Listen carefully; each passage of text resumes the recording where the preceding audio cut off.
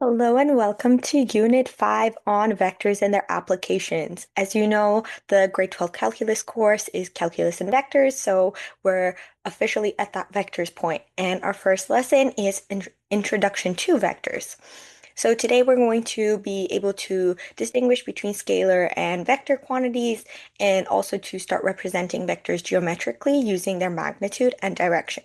So you might be wondering, what is a vector? So far, the quantities you've worked with in math have been scalar quantities, which means they are magnitudes or quantities that have a magnitude or size, which is just a number. So, for example, age, volume, area, speed, mass, and temperature. So all of these are given by a number, and yes, they have units, but really when you're asking what's the speed, what's the area, you only care about that one quantity. Now, vectors also have a magnitude, which is their size, but they also have a direction. For example, weight, velocity, and friction. Specifically, for example, velocity, which is one you may be familiar with by now. With velocity, when you're thinking of which direction the vehicle, for example, is moving. You do care about the speed, which is the magnitude, but you also care about which direction are we going? Are we going east, west, north, south, which way? And so that's that direction piece in there now. So a vector is now, just to repeat that, a mathematical quantity with both magnitude and a direction. And it has a head and a tail because it is a directed line segment. So for example, this might be the tail. You'll see the line this way and the arrow which represents the head, which is which way it is heading. So often you'll see vectors labeled with a little arrow on top.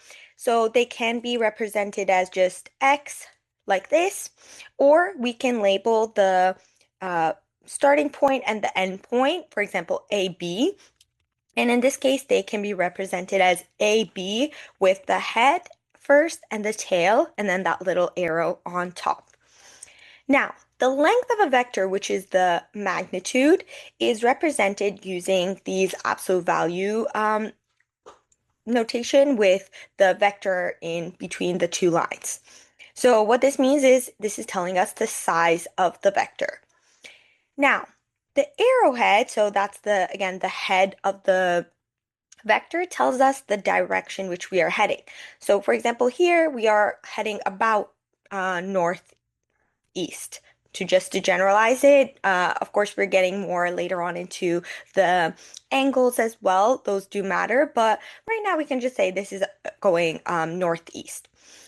And also, sometimes a scale is used. So vectors actually have a lot of application, which we will see in, for example, navigation, flight, even vehicles, and even in graphics in computer. So it's not always easy to draw the vector as is. So in navigation, for example, you might be saying a plane is heading, let's say this is about 3 centimeters, but you are saying 1 centimeter perhaps represents 100 kilometers, 100 kilometers. There we go. So then you might say that this is heading, the plane is heading northeast 300 kilometers based on this scale, or because it's velocity kilometers per hour. Okay, now consider these two vectors. So we have the 2 points A, B, and this one we are going from A to B, and this is also labeled as vector V. And vectors also usually get that V starting with the start for vectors, so that is often a common notation for vectors. Now, in the second one, we are going from B to A. This is now our tail, and A is the head. So AB has a magnitude, and again, remember we do the two lines and AB in the middle, and its direction is to the right or east. So think of a compass where we have north, south, east, and west. So we can say this is either AB is going either towards the east, or we can say it's going towards the right. Now, BA, with its head on this side, has the same magnitude. They're the same size arrows, but its direction is to the left or to the west. So, what do you notice about these two vectors? How are they similar and how are they different? And specifically, think of magnitude, direction. So the two vectors do have the same magnitude. As I said, they have the same size. So in fact, um, the magnitude of AB is equal to the magnitude of BA. And however, they are parallel here, but they're going in opposite directions. So here I did mention to you this is vector V. And here now I have written for you negative v because it's going in the opposite direction. It is pretty much the same vector. Again, they're parallel, they have the same magnitude, but it's going to the opposite direction. So now this is negative v or BA if we are reading from the endpoints. And to give you a definition, these are opposite vectors. So two vectors that have the same magnitude that point in opposite directions are called opposite vectors. And they are often shown with, for example, if one is v, the other one is negative v. You can also have different directions. So going back to our compass here, I can have, if this one is going this way, if I have a parallel vector,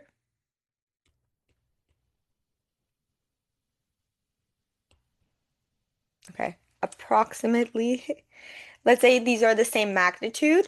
Now these are also opposite vectors. If this one is v, this one is negative v. And does it really matter which one we are labeling as v and negative v? No, not really. This one could be, if I label this one as vector A, then this one will be negative A. It is just to show that whichever vector we have as A, then the other one is going in the opposite direction.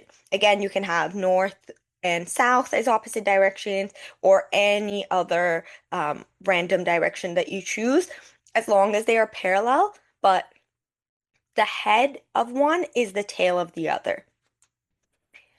So now we are looking at how we write vectors, specifically with regards to the coordinate system and the coordinate notation.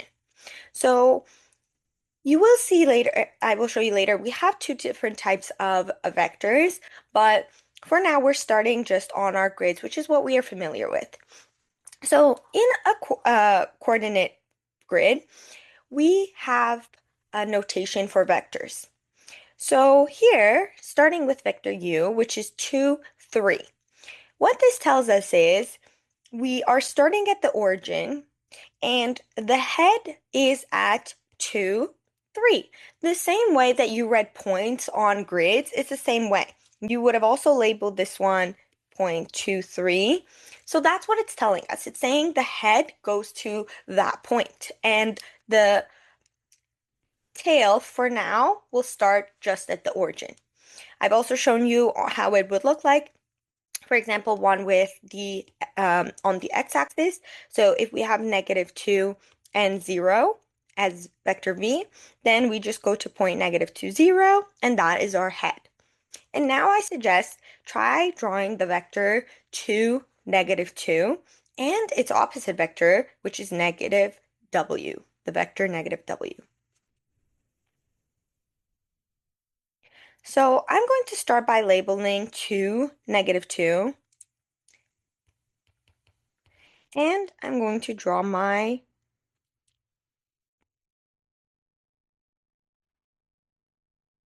okay, approximately, okay, there we go. That's better. And that is vector W. And now, to have the opposite vector, we want it to be the same magnitude, but just going in the opposite direction. So clearly we can see this one is going southeast. So remember, this is east, this is south. So then I want one vector to be the opposite of this, to be going north, west, and the same magnitude. So I can actually label this point here negative 2, 2, and this vector here now As you can see, it has the same magnitude as vector W, so they're the same size, but now going in opposite directions. And all you're doing is keeping the coordinates, but now one of them, or you're switching which one is, if it's positive, it's now negative. If it's negative, it's now positive. So here we had a 2, so now it's -2, and here we had -2 as the y, so here we have +2. I can also do it for you just to show you with different coordinates. This one is 2, 3, so I would go to -2, -3. So keeping the same x and y, but now they're just negative, and it does start at the origin there. So this one is vector -u. So now we saw opposite vectors. Now we're also seeing equal vectors. So two vectors AB and CD are equal or equivalent if and only if these two conditions hold. So first, they are parallel and point in the same direction, and the magnitude of AB is equal to the magnitude of CD. So again, taking those magnitude notations, they are equal. And what this means, and I'll show you, if I start on this vector AB, let me line this up for you. There we go. So this is vector AB now. If I take this exactly as is, with that same direction, same magnitude, and I move it over, this will exactly line up with CD. So the magnitude is the same, the directions are the same, so then they are equal vectors. And this is then called, they are coincident with one another. And that's exactly what this is saying. They can be translated to be coincident. So coincident is now a different definition here, which is two vectors that are exactly on top of each other, then they are the same vector, same position, same location, everything. So right now, if I had another vector, this blue one that I drew, if I call this one EF, then CD and EF are coincident. They lie on top of each other. They are the same exact vector, whereas EF and CD are equal to AB. So that means if I translate these over, it will line up with AB, but right now they are just parallel. Now, one thing I also want to bring your attention to, especially if you continue on with math and proofs, is this if and only if. So sometimes you'll see this condition, and the difference of this is, for example, if you're given two vectors are equal if, and then these two conditions. But if and only if tells us this holds both ways. So if two vectors are equal, then these two for sure will hold. And also, if for two random vectors, they are parallel and they point in the same direction, and they have the same magnitude, then we can also make this claim as well that they are equal vectors. So that's what that if and only if tells us, is that the equality holds both ways. So if we have this, we have these two, and if we have these two, then we have the first claim. So now let's look at our two types of vectors. So as I mentioned, we do have two types of vectors that we're going to be seeing, and it is our geometric and algebraic vectors. So geometric vectors, and both of these are technically vectors, right? So they both have a direction, they have a magnitude, but they have a slight difference.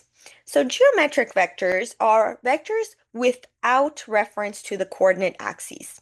So they are location independent, which means if I draw this vector here, V, and if I move this anywhere here, this is the same vector. It is only defined by its magnitude and direction. And whether I have this here, or whether I have it here, or whether I have it here, these are all going to have the same magnitude, which is V, and they're also going to have the same direction. They're all pointed in the same direction. So let me just remove these now. Okay. Now, an algebraic vector is the vectors that we just saw on the coordinate plane. And they are represented using numerical tuples. So this one, for example, is for the r cubed, which we will see shortly. But so far, the ones you saw were just x, y. So xy telling us where the head is, and the tail we saw started at the origin.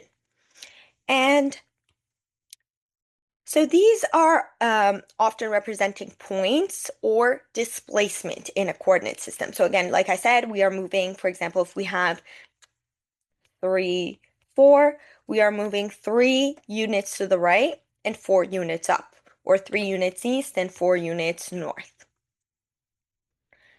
And we are going to be working with both of these throughout this unit.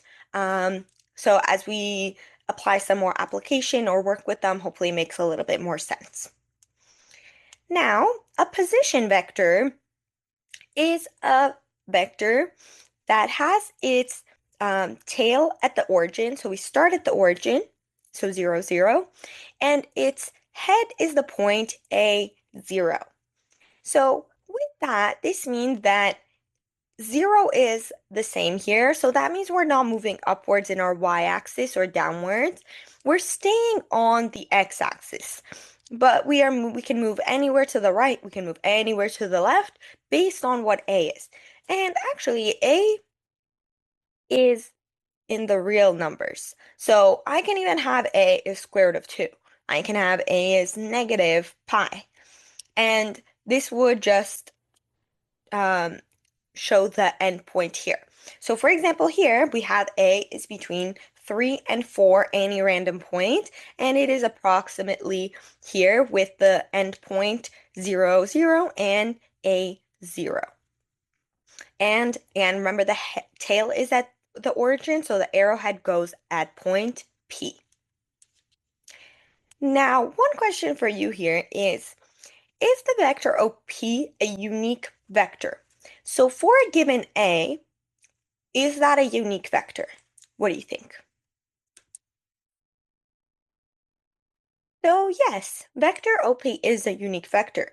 Any A that you choose, and for any given A, any vector, position vector that you draw will always be the same vector. It's always going to start at the origin, and the endpoint is going to be based on that specific A that you've chosen. So it is going to be a unique vector.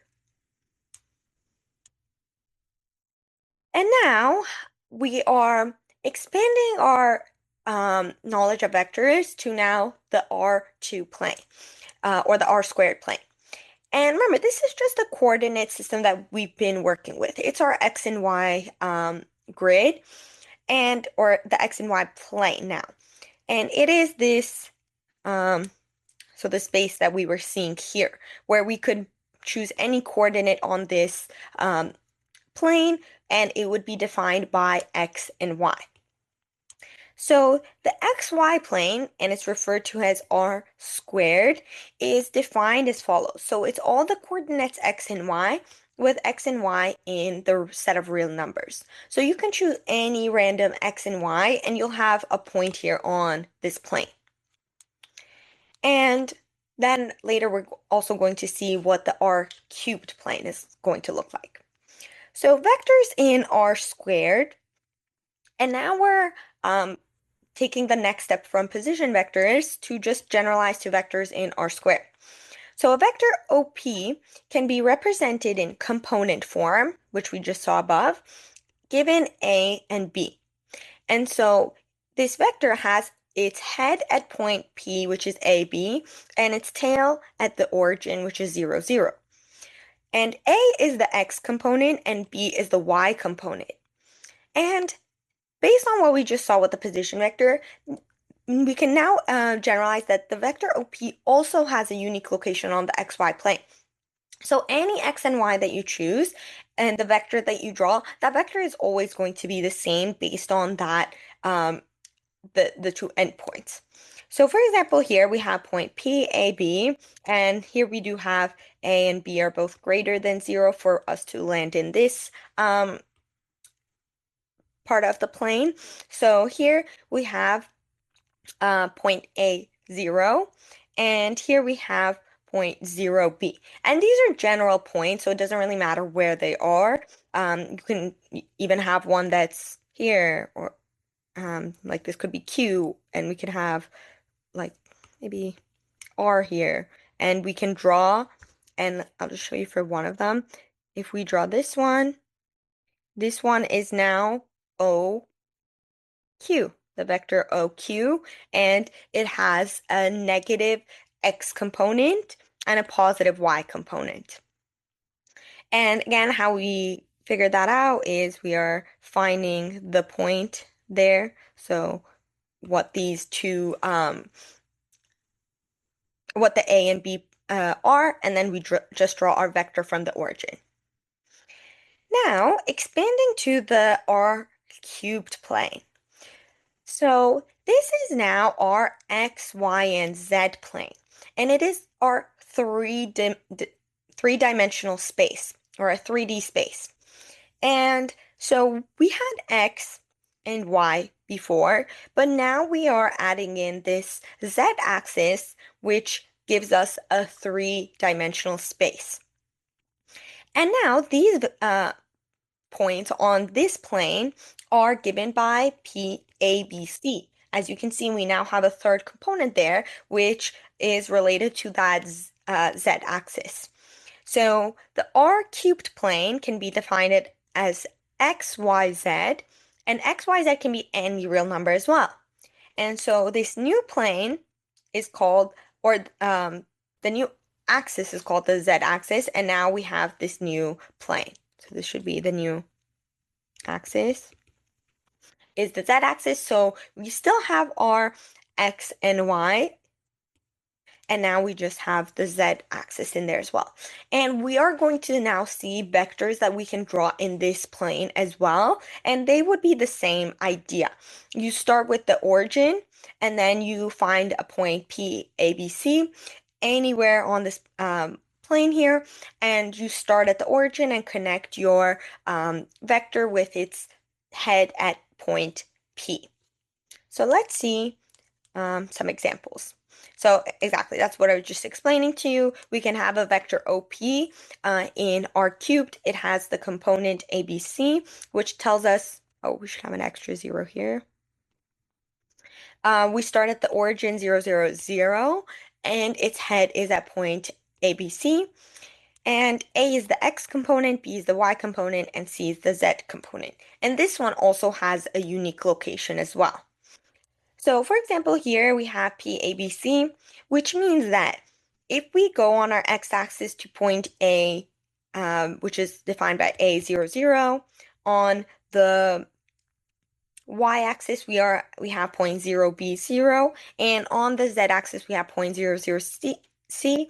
And if we draw a cube or a rectangular prism from these points, then we have our final vector there, which is PABC, which has all of those components that we just saw. It has the X, Y, and Z component there. And this one here, also point B, this is actually the X and Y plane that we're used to. So if you can rotate your paper to look at it where X is on the right-hand side and Y is to the north, as we are typically used to, then this is point AB, and then the 0 there, because we haven't moved up on the Z-axis, we are just on the XY plane.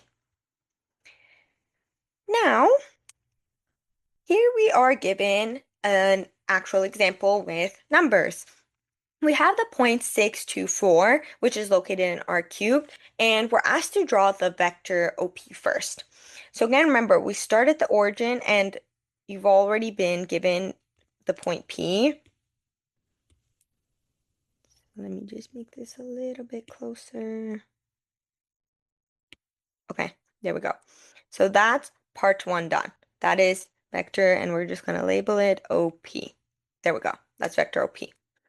And now we're asked to find the coordinates of A, B, C, D, E, and F. And this is just a good practice to start reading in our R cubed plane. So starting with point A, this is just on the x-axis. So we know that y and z are 0.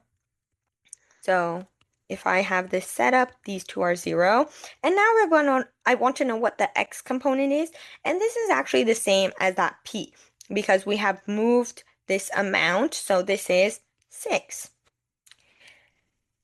Now let's look at point F because it follows a similar pattern, but now on the y-axis. So now our x is 0, our z is 0, and we're wondering what that y component is. And again, it follows from P because if we have moved 2 units up or 2 units in the positive direction on the y-axis, and then we have moved up, which is the 4 in Z, and moved 6 units on the x-axis, we end up at point P. So this is just 2. And finally, we're going to look at point D, which is on so just to label it for you maybe, this was on the x-axis, this is the y-axis, and point D is on the z-axis. And so this one will have 0, 0 because x and y are 0. And the z component is just if we had moved this amount up. As you can see, all these 4 heights of this rectangular prism are the same, and they will be 4. And that is point D. Now, the other ones are the same. We're just following the same pattern, but now we don't necessarily have the other components as 0. We're going to have 2 components that have values. So, for example, let's start with point B, which is on our XY grid. So this is just if I had moved 6 units here and 2 units here, and this would just be 6, 2, and 0 on the z component because we haven't moved up or down in the on the z-axis. Point C, and this one is actually on the xy plane. Okay, now point C is on the xz plane. So as you can see, we haven't moved up or down in y, so this is the xz plane. So then we know that the y component is 0, but we have an x and a z. So the x will be 6, and if we go up 4, which is what we did in D, then we have 6, 4. And finally, point E is on the YZ plane. And so our x component is 0, and we have the y component is 2, and the z component is 4. And again, think of like a rectangular prism here. If this is 6, then these are all 6. If this is 4, these sides are all 4, and these sides are 2. Right? And that's essentially how we got all of these values here. So our next part is now planes in R cubed, which I already gave you a bit of a teaser to with these parts here, where we were looking at if we have the x and z axes, then this space here, or generally any space here where y is 0, then we are on the xy plane. So here we are given another point, or we're given a lot of points on the R cubed plane, and we're asked some questions about it. So starting with point Q2, -3, -5, which is our focus point. So this is essentially on the x-axis, we have moved 2 units in the positive direction. In the y component, we have moved 3 units in the negative direction, so -3. And in the z component, we have moved -5 units or 5 units down, and that's how we ended up at point Q. So first, we're asked to write an equation for the xy plane. So again, remember the xy plane, x and y, is now when we haven't moved up or down in the z direction. So on our z-axis, we are just at 0, and that's what that means. So any point on this plane can be written as xy 0, so the z component is 0, And x and y can be any real number. So we say the equation is given by z equals 0. You actually define it by your constraint, which is that z equals 0, because x and y can be any real numbers. So this is what any point would look like, and the equation would be z equals 0. Now we're asked to write an equation for the plane containing points P, M, Q, and T. So let's look over here. So we have P, M, Q, and T. So as you can see, this is this side of the rectangular prism. And what do you notice about points P, M, Q, and T? What do they have in common? I hope you were able to see this component in common. So all of these are located where y is equal to -3. So their y components are the same. So then, following the same concept as above, any point on this plane can be written as x.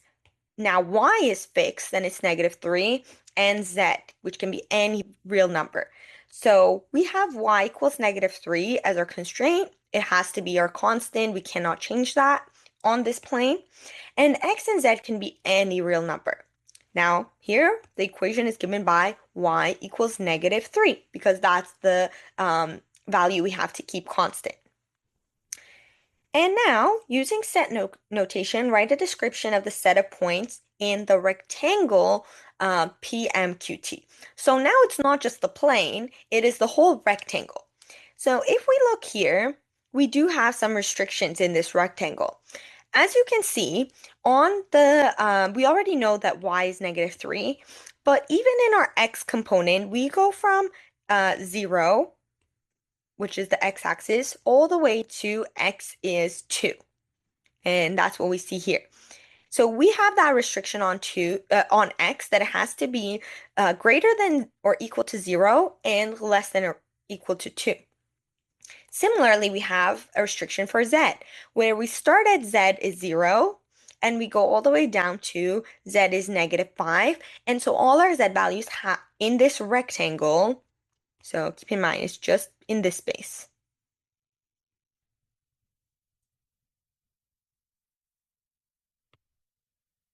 I'm just going to make this a bit smaller. So it's only in this space. And if we fill it in as well, there. So we're only a little bit, okay, just in that space. Then we do have those restrictions. So now let's see what that looks like mathematically. So again, we do use the same information from part B with y equal to -3. So our points are x, y, z. Y has to be -3. And now we say x is between 0 and 2 inclusive, and z is between -5 and 0 inclusive as well. Another way you can write this as well, especially when you have one constant, so y is -3, you can directly add this into your coordinate of the point right at the beginning when you define it. So instead of putting y here, you know that y has to be -3, so then you just add it right there. So really, we have x and z that can be changed. And you could also have here x, z in real numbers, but it would also be fine if you don't include it for this, because we already know we're working in the plane. And so on the plane, we can have all of these real numbers as well. And finally, we're asked to write an equation for the plane that's parallel to the xy plane passing through point r, 0, 0, -5. So let's look where point R is. R is 0, 0, -5, and we want it to be parallel to the x. So the xy plane is like here, and if you move down on the x-axis, on the z-axis, we want this to be parallel to the xy plane, which means our z is going to be constant there. So Any point on this plane can be written as xy -5, with z as -5 is our constant, so z equals -5, and we have xy in the real numbers. And that's exactly what we have in the xy plane as well. We have all the real numbers for x and y, and so the equation is given by z is equal to -5, because that's our constraint or our constant. So that's a wrap on our introduction to vectors. So lots of different information introduced to you. It is a big unit with lots of information being introduced every lesson. So please make sure you're completing the practice sets, ask any questions that you have. And for this unit, I've also included a lot of extra resources for you on Google Classroom to help you visualize some of the concepts better, including some simulations as well as just some extra reading. So please take advantage of those, especially if some of the concepts are still unclear. But again, it is a new concept that you haven't seen in math till now. So it does take a bit of time and practice to both build a solid foundation of some of these concepts and just so you get more familiar with the notations as well.